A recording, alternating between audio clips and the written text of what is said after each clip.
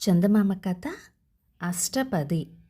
పూరి జగన్నాథం సమీపంలో కుండుబిల్వం అనే గ్రామం ఉన్నది. ఆ గ్రామంలో నారాయణ భట్టు కమలాబాయి అనే పేద దంపతులుండేవారు. వారికి వరప్రసాదంగా కలిగిన కుమారునికి జయదేవుడు అని పేరు పెట్టి ముద్దుగా పెంచుకుంటున్నారు. జయదేవుడు పిన్ననాటి నుండి భగవత్నామ సంకీర్తనం చేసుకుంటూ సమస్త విద్యలలోనూ గొప్పగా ప్రకాశిస్తూ ఉన్నాడు. భక్తులు తరించడానికి తగినట్టుగా జయదేవుడు గీతా గోవిందం అనే గొప్ప గ్రంథం రాశాడు.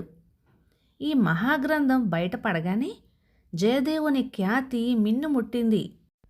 జయదేవ కవిని దర్శించుకొని గీతా గోవిందంలోని పరమార్థం తెలుసుకొని తరించుదామనే తాపత్రయంతో జనులు తండోపతండాలుగా కుండుబిల్వ గ్రామం పోసాగారు.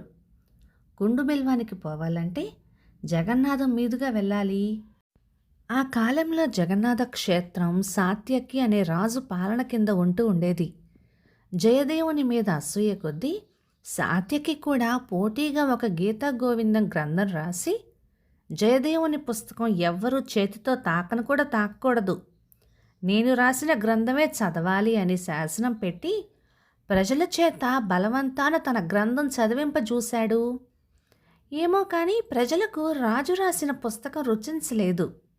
జయదేవుని గ్రంథమే గ్రంథం, తరుణోపాయం చూపగల పవిత్ర గ్రంథం అది. సాత్యకి రాజు పుస్తకంలో ఏమున్నది? వట్టి చెత్త ఓక. ఇది చదవనే చదవము, కంటితో చూడనైనా చూడమంటూ ఈ విధంగా నిర్భయంగా తమ అభిప్రాయాలు వెల్లడి చేస్తూ వచ్చారు. ఇదంతా చూడగా అసలే జయదేవుని పైన అసూయతో మగ్గిపోతూ ఉన్న సాత్యకి రాజుకి అగ్గి మీద గుగ్గిలం వేసినట్టయి కుండుబిల్వం పోయే జన సమూహానికి తీరని ఆటంకాలు కల్పించనారంభించాడు.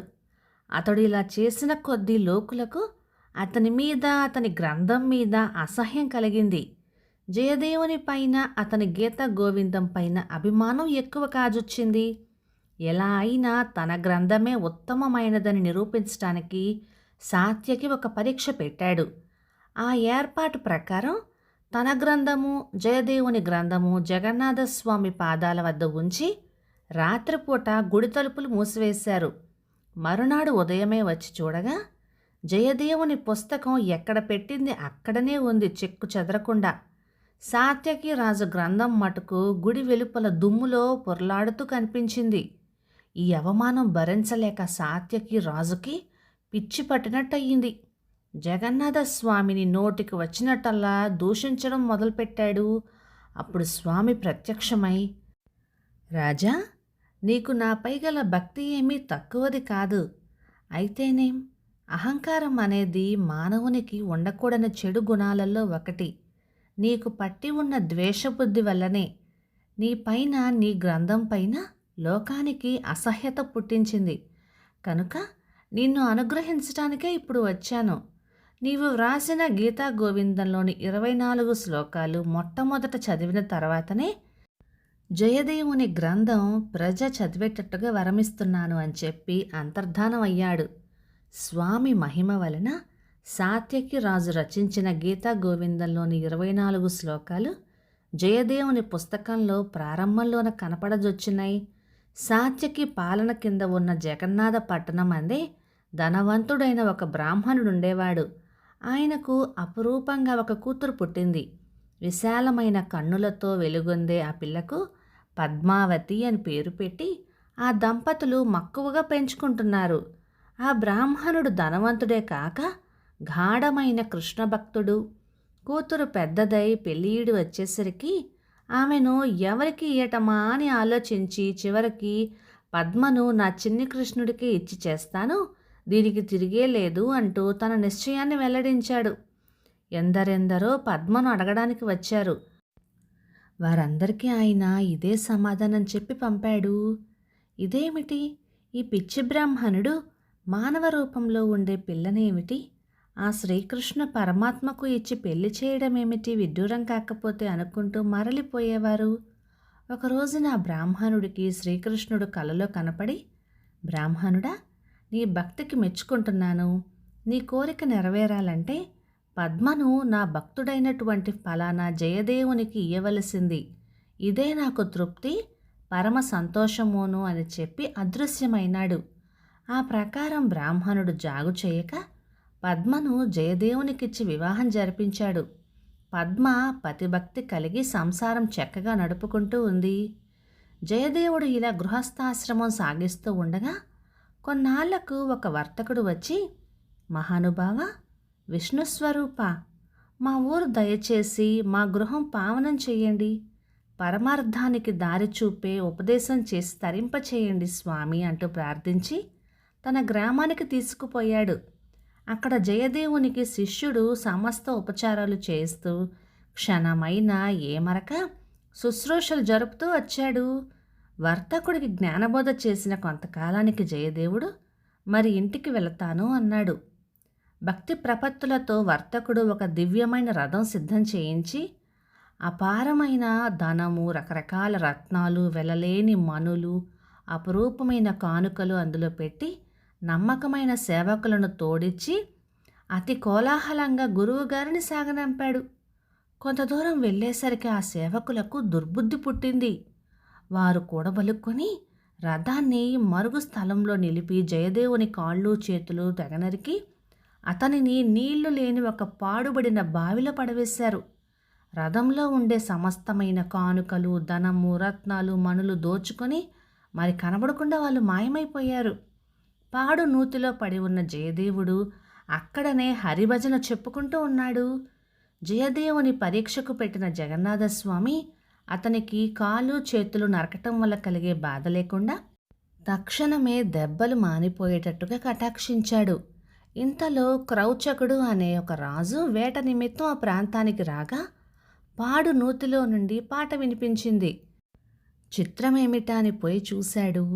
అందులో మానవుడు కంటబడేసరికల్లా వెంటనే పైకి తీయించి ఒడ్డున చేర్పించి ఇలా జరగటానికి కారణం ఏమిటని ప్రశ్నించాడు. అందుకు జయదేవుడు తన వల్ల ఎవ్వరికీ గాని హాని కలగటం మనస్కరించక, అయ్యా, నా పుట్టుకే ఇంత అని సూక్ష్మంగా చెప్పి తప్పించుకున్నాడు.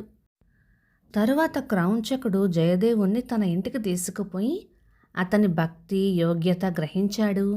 జయదేవుని గురువుగా ఎంచుకొని ఉపదేశం పొంది ఆయనను అన్ని విధాలా పూజిస్తూ ఉండేవాడు. ఇలా ఉండగా ఒకనాడు పరమ భక్తుడైన జయదేవునికి శ్రీకృష్ణుడు ప్రత్యక్షమై తీరుగా కాళ్ళు చేతులు వచ్చేటట్లుగా అనుగ్రహించాడు. ఎప్పుడైతే జయదేవునికి కాళ్ళు చేతులు వచ్చినాయో ఆ క్షణమందే క్రౌచకుడు, ఈయన కేవలము దైవమే కాని వేరు కాదు, పుణ్యం కొద్దీ ఈ స్వరూపంలో నాకు లభ్యమైనాడు అని సంతోషించి శాశ్వతంగా జయదేవుణ్ణి తన మందిరమందే ఉంచేసుకోవాలని నిశ్చయించాడు. ఈ సంకల్పంతో రాజు జయదేవుని భార్య అయిన పద్మావతిని కూడా రప్పించి ఆ దంపతులను భక్తితో సేవిస్తూ ఉన్నాడు. పద్మావతికి కూడా ఒక అగ్ని పరీక్ష తటస్థించింది. ఒకనాడు అంతఃపురంలో రాణి, పద్మావతి మరికొంతమంది స్త్రీలు కూర్చొని మాట్లాడుకుంటూ ఉండగా సేవకుడు వచ్చి, అమ్మా, అన్నయ్య గారు ఆకస్మికంగా కాలం చేసినారట, ఆయనతో పాటు వదినగారును సహగమనం చేశారట అని చెప్పాడు. రాణి ఎంతగానో దుఃఖించింది. పద్మావతి ఊరుకోక సహగమనం అంటే తనకు గల అయిష్టతను సూచించింది. అది మూఢనమ్మకాలు ఎక్కువగా అల్లుకొని ఉన్న కాలం కనుక సహగమన పద్ధతికి అనుకూలంగా ఉండే రాణికి ఈ మాటలు ముళ్ళుల వలె గుచ్చుకున్నాయి. పద్మావతిని పరీక్షకు పెట్టి బాగా బుద్ధి చెప్పాలి అనే దీక్షతో అదును కోసం కనిపెట్టుకుని ఉంది రాణి. ఒక రోజున రాజు గురువైనటువంటి జయదేవుని వెంట పెట్టుకుని వేటకెళ్ళాడు. ఈ తరుణం చూసి రాణి కుట్ర పన్నింది. ఇంతలో రాణి పరివారంతో సహా అంతఃపురంలో ఉండగా ఒక సేవకుడు వచ్చి, అమ్మా, వేటలో ఒక పులి జయదేవుని పైన పడి ఎత్తుకుపోయింది అంటూ ఆత్రంతో చెప్పాడు. ఈ మాటలు చెవిన పడినదే పద్మావతి కన్నులు మూసి ప్రాణాలు వదిలింది. కొంచెం సేపటికల్లా రాజు వేట నుండి మరలి వచ్చాడు. అంతఃపురంలో జరిగిన కుట్ర వెల్లడి అయింది. ఆహా, ఎంత ఘోరం! దీనంతకు కారణం నేనే అనుకొని తక్షణమే కొడుకునకు పట్టం కట్టి మంత్రులకు సేవకులకు అప్పగింతలు పెట్టి తను అగ్నిప్రవేశం చేయటానికి కృతనిశ్చయుడైనాడు. ఈ పని చేయటానికి ముందుగా ఒక్కసారి గురువర్యుడైన జయదేవుని వద్దకు పోయి ఆయనకు పాదాక్రాంతుడై, మహాత్మా, పరమ పాపిని క్షమించు అంటూ అంతఃపురంలో జరిగిన చర్యను వెల్లడించాడు. జయదేవుడు చెలించక, అంతా స్వామి కటాక్షమే అంటూ నిండు భక్తితో స్వామిని ఉద్దేశించి 24 అష్టపదులు గానం చేసేసరికల్లా జగన్నాథుడు ప్రత్యక్షమై పద్మావతికి ప్రాణం పోశాడు. మహత్తరములైన ఈ అష్టపదులను ఎవరు గానం చేస్తారో వారికి ముక్తి కలుగుతుందని కూడా సెలవిస్తూ స్వామి అంతర్ధానమయ్యాడు. ఈ అష్టపదులతో కూడిన గ్రంథమే గీతా గోవిందం ఈనాడు భారతదేశం అంతటా అల్లుకొని భక్తజనులకు అమృతప్రాయంగా ఉంటున్నది. కథ సమాప్తం. ఇక ఈ కథ 1951 జూన్ నెల చందమామలో వచ్చింది. రచయిత డి ఏకాంబరం గారు, చిత్తూరు నుంచి. ఇక ఈ కథ మీకు నచ్చినట్లయితే లైక్ చేయండి, షేర్ చేయండి. ఇలాంటి మరెన్నో తెలుగు కథల కోసం మన ఛానల్ని సబ్స్క్రైబ్ చేయండి. జై జగన్నాథ్.